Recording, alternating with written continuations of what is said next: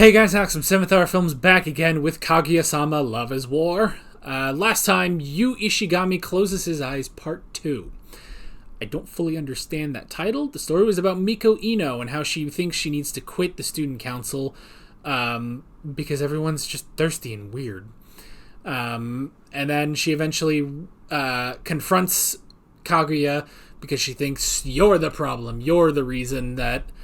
Like, she basically thinks that Kaguya is a dominatrix for Shirogane, and then she confronted Kaguya, and she didn't think that anymore, and she's just confused. Anywho, Kaguya wants to touch in order to deal with the heart problem she's having. She created a new ritual where every time she gets flustered by Shirogane, she will touch her cheek. Then when she was confronted by Shirogane, she couldn't touch her cheek. She had to body slam him, and maybe not body slam, but slam his body to the ground, and then it worked. And then Kaguya doesn't say no. Ishigami has lost his mind and has joined the cheerleading squad where they're going to be doing a routine where the boys wear girls' uniforms and the girls wear boys' uniforms. So Ishigami ended up asking Kaguya to borrow her uniform, and she was actually like pretty chill and pretty cool about it, and they had like a nice moment together. So yes. With that said, the reaction is down in the description and in the pinned comment for your viewing pleasure. So let's go ahead and jump right into this episode of Kaguya-Sama, Love is War. Let's get going.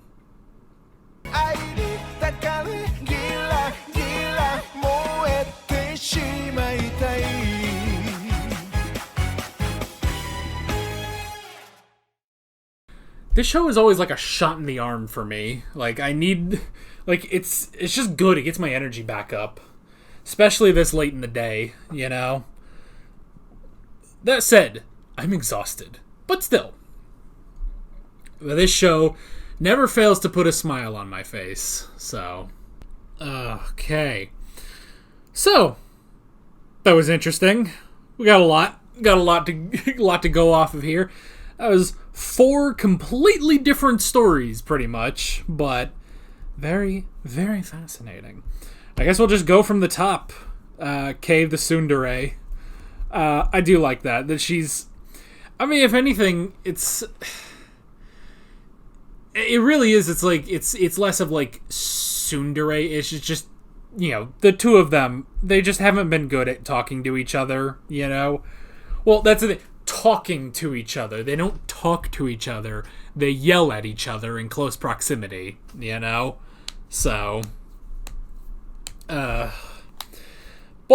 that was good. You know, that was good at the end when she did give him some good advice about it. It's like, look. If she's, you know, having trouble talking to you, that probably does mean she likes you. She's just now embarrassed to actually talk to you, you know? That was good, because yeah, he definitely had, you know, that misunderstanding there, so that's good at least. That's good that he understood that. I do like that, we don't really know, their dad doesn't really have a name, so we'll just call him Pops. It's also interesting that Pops, you know, he got like related too hard. It's like, oh, you know, she doesn't talk to me anymore, and you know, she's being friendlier with another guy, and I don't know what to think. And he's just like, I understand. Just I mean, because yeah, it's like, oh man, his wife ran off with a lover. It's like that is rough, buddy. That is rough, buddy. But, so that was an interesting thing. Of course, there's also, I mean, not that this justifies the wife whatsoever, but this guy is a mess. This guy is an absolute mess. Now, maybe beforehand he wasn't a mess. Like, maybe it's only now that he is a mess.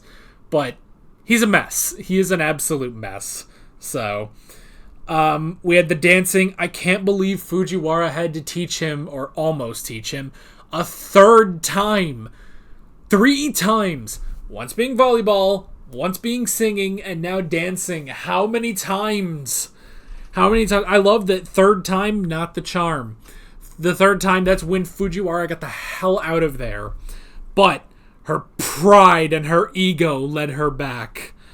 Kaguya was just giving some simple tips, but they were more robotic tips. It's the, are you a copy or are you an actual artist, Are you a copy or are you an artist? And eventually, through the both of them, he figured out, namely, not intentionally though, like they didn't intend for that to happen, but just the tugging and everything, just it's like, oh, that's what the net feels like, and then he was able to do it. So that was really funny. I like that.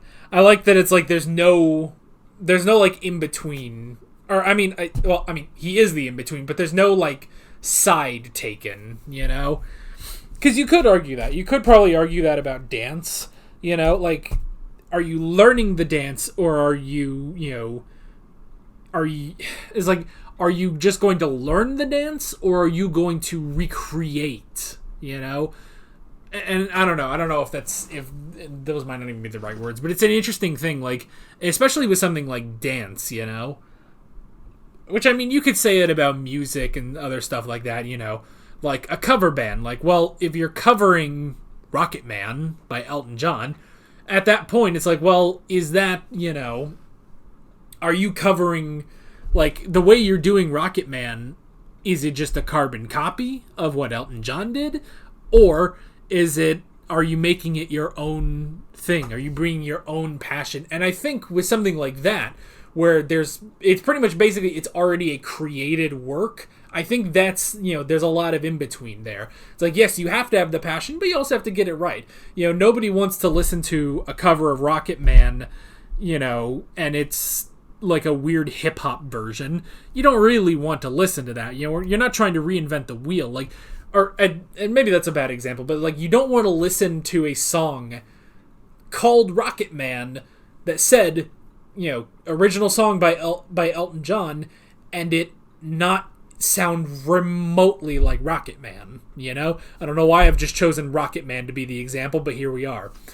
But you do want to hear, if you're going to a cover of Rocket Man, you do want it to be different from the way Elton John did it, You probably don't even want Elton John to sing it the same way twice, Like, you have the original and it's iconic, but then you go to a live show and you hear, how is it different nowadays? How does he play it nowadays?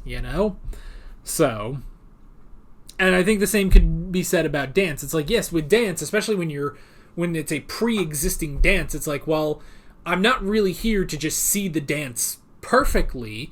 I do want to see what is the interpretation, or what is, where is the passion behind these dancers, So it's a similar thing. So I really like that. And now for something completely different. Ishigami. I'm enjoying this Ishigami arc we're on.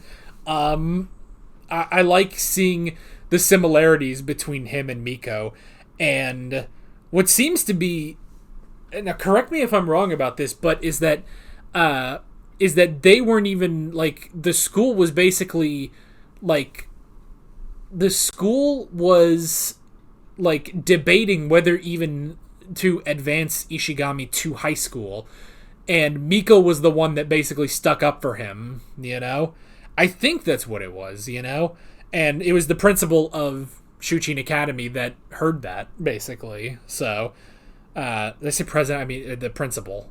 I don't know what I said. Well, I meant principal, whatever I said. So, yeah, so that's an interesting thing. It's like they are very similar, and yet they don't get along, I mean, I could almost see it as, like, it's like trying to get along with yourself, Like, can you, like, if you had another version of you would probably see, like, flaws, or you would see little annoyances that you don't normally see. Like, I mean, it's a similar thing of, like, I mean, honestly, I can kind of understand that, because, like, I have to edit these videos. I have to edit footage of myself, and there are a lot of times where, like, I go in and I edit out a lot of pauses in these discussions. You'll see that there'll be a cut because I just paused there for a second, so there'll be a little cut there.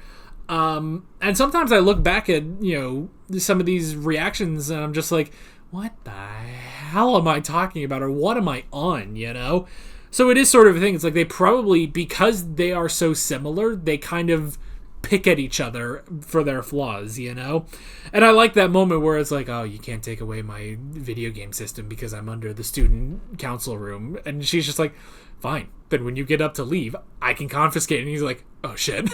So it's like I don't know. I really like that, though. I really like that. And I like how she, I didn't get her name, unfortunately. They did a whole thing. Well, here. It's right here in the title, I believe. Kobachi. So Kobachi Osaragi, or Osaragi. Osaragi. Okay, it's a little hard to see over here. But Kobachi, she went to the leader of the cheer squad and was like, hey, I don't think he joined on a joke, He didn't join on a joke. He legitimately is trying to do this. And I like that they were like, don't worry, we're going to take care of him. Like, they do legitimately, want to help him. They are legitimate in supporting him, which is really good. Again, I do feel a little bad that I called them the scum of the earth last episode, but they weren't characters last episode, so I'm all right. And also just knowing a bit more about Ishigami's past, that the story is that he stalked this girl and then lashed out at her boyfriend, but Ishigami has never actually told his side of the story. So, we don't know. I'm assuming it's not what the actual story is. Maybe it's something like, maybe her boyfriend was a scumbag and he was like trying to, get the information on it. I don't know, but it's an interesting thing. I hope we get more of the story. I hope we know what actually happened with Ishigami. And then the fourth part being Pops coming in and being him. I like that moment too, where it's like, oh, you got some interesting pictures, and it's Fujiwara with her shirt exposing the midriff, and she's bouncy and sweaty, and Shirogane immediately is like, how dare? And then Fujiwara's dad comes over and is like, no, I needed him to take a picture of my girl, and it's like, oh, okay, good. He just expected the worst out of his dad, but it's like, no, it's okay, it's okay. And then Shirogane is so desperate that he doesn't meet Kaguya, and that didn't work. That did not work. But I like that moment of Kaguya defending Shirogane, but it was all a test. It was all a test to see if she really cared for him, and she does. I suppose she passed the test, and especially after that first part, this episode, it makes sense that he's going to make sure, like, okay, is this legit? Are they? I mean, I assume he doesn't want Shirogane to go down the same road he did, basically. So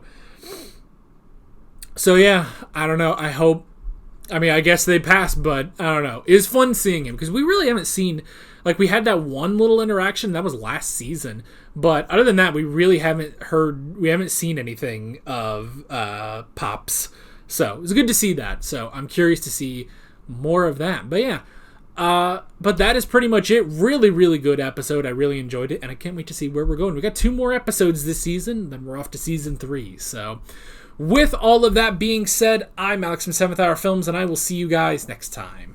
Take care.